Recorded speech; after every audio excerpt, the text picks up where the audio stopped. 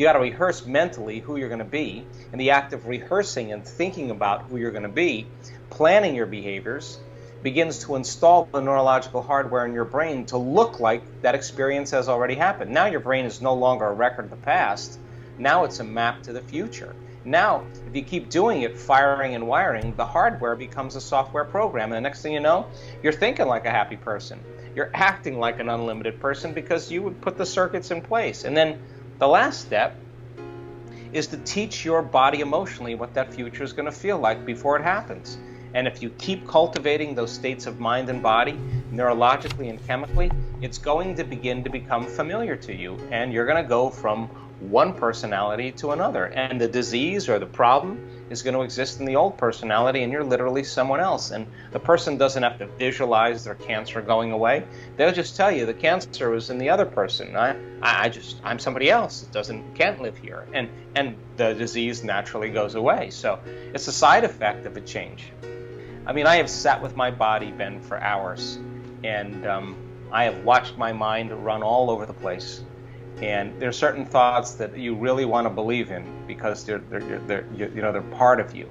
But when you start really overcoming your own personal limitations, and you're no longer knee-jerking to the people and conditions in your life because you've been sitting there in your meditation, and your body is throwing the kitchen sink at you, and you're just saying, that's all you got, that's it, I'm gonna keep going. Sooner or later, when you break free from the chains of those habits and those emotions, and your body begins to liberate energy, we've measured this, and you start feeling joyful and free, and your heart starts to open, and you're in love with life, and you're moved, and this is a feeling that's not coming from anywhere outside of you, it's coming from within you. I guarantee you'll stand in the presence of your greatest adversary, your biggest betrayer, the person that threw you under the bus, and you'll look that person in the eye, and you will have nothing but love for them, because you'll see a part of yourself you used to be that you no longer are. And the moment that happens, you no longer belong to your past, you belong to your future. And now you see it as a lesson instead of like holding a grudge. You free them and you free yourself, and you're on your way. And that's called evolution. We only complain about our life when it's not working. Nobody complains about their life when they're joyful. They just don't. You only complain about your life when you're angry or bitter or frustrated. So if a person starts working on regulating different states, then they'll say, God, I feel so great. I'm not going to lose this feeling because of that person. I'm just going to see them, wow, I used to be like that. I just totally get them. And now you're free. And I think that's the beginning of unconditional love. I always start my meditation by raising my energy. I always start with placing my attention in the center of my chest. Where you place your attention is where you place your energy. And then I start practicing slowing my breath down, and then I start cultivating an elevated emotion like gratitude or joy or freedom. I'm feeling it. I'm feeling really grateful to be alive. I mean, and I'm doing that without any reason. I'm just doing it because I want to. And you're familiar with it. I can do it because I've practiced it enough times. Just like people practice pretending being suffering all the time. Sure. It's the same thing. Then I start raising my body's energy, and then when I do that properly, then I'm ready to create. And so then my next step is to get beyond myself. And our research shows that if you take your attention off your body, you become nobody. If you take your attention off people in your life, you become no one. If you take your attention off the things you own, you're in nothing. If you take your attention off the place you have to go, you're in nowhere. If you take your attention off of time, you're in no time. That's the moment you become pure consciousness. That's the moment that you all of a sudden start connecting to that unified field or that quantum field that I talk about.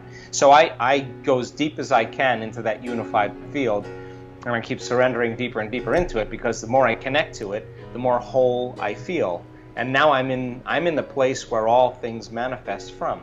So then from there, it just depends on what I want. I may change my energy and tune into the potential of a mystical experience, or I may create a new opportunity. I don't know, whatever it is I'm working on, or just whatever I choose to do it. And then I sustain that for a period of time, and then I surrender it to a greater mind, and get up ready to have my day be unusual and different. So I'm passionate about it. I do it quite a bit. I have created amazing things in my life, some things people wouldn't even believe. But I'm not the only one. I mean, there's Sure. so many students in our work that got it down. So for me, there's not a whole lot of things that I want material. I mean, I've had a lot of material things, and it doesn't really change you. What I really want are those profound mystical moments that just your jaw drops and you just go, wow, I got this all wrong. Wow, I got to really rethink life again. And I love those moments because some conditioning tends to be removed, some veil tends to be taken away, and you get a clearer view of the spectrum of the way life is. So look, I mean, I'm not the type of person that's going to ask you to talk about your childhood. I'm not the type of person that's going to ask you, to bring up issues from the past. I don't think it's as important. What's important is the emotion. Okay. So the emotion is the residue. It's the end product chemically of an experience. So if a person is living by the same emotion every single day, it means they're connected to their past, right? Mm-hmm. So when they work on overcoming the emotion and they learn how to get beyond it, the memory without the emotional charge is called wisdom, and that's the name of the game. So I never really care about the incident. It's incidental. Okay. What I care about is the emotion. So when a person comes up against their emotional belief and they think they can't go any further, and then they go a little further, just like in training, and when they have that breakthrough, they get downloads. We see it on brain scans when we measure it on the brain during meditation. All of a sudden, they'll get a download of information. And I know that person is downloading information about themselves, something really profound. And you'll see them well up emotionally. You'll see them feel something like something really profound has just happened to them. That, to me, is worth all the gold in the world, because that person in that moment is not only having an insight, they're getting an upgrade biologically. They're connecting to something, and the download is so profound. It's not coming from their memory bank, it's coming from the field. And that field of information that's being downloaded into their nervous system is really reorganizing who they are. So I love the idea of a person getting beyond themselves, and then when they get beyond themselves, to be open to however it's going to happen. I mean, if you try to reproduce it, you're going to be in trouble, because you can't. You just got to have an intention, and you have to surrender. And there's got to be that delicate balance between intention and surrender. If you over-intend, you're trying. If you over-surrender, you're lazy and lethargic. It's that kind of razor's edge where you just got to have an intention and keep surrendering it to a greater mind, and keep trusting and just being open to the unknown. And then, boy, when you hit pay dirt, then all of a sudden it's always relevant to you, because you're the one that's doing, you're the one that's making the effort. And that's when it transcends psychotherapy, it transcends pharmaceuticals. Your nervous system is the best pharmacist in the world anyway. All of a sudden you start feeling amazing, and then all of a sudden you look back at your past and you say, I don't want to change anything. I understand why I had to have that experience. Now I'm free. That's the moment that we're all waiting for, or at least we're creating. We have a lot of our people that are in our work that are scientists that do our measurements. They use a lot of neurofeedback. But you can ask those scientists when they see the type of brain changes that take place in a 4-day workshop in our events.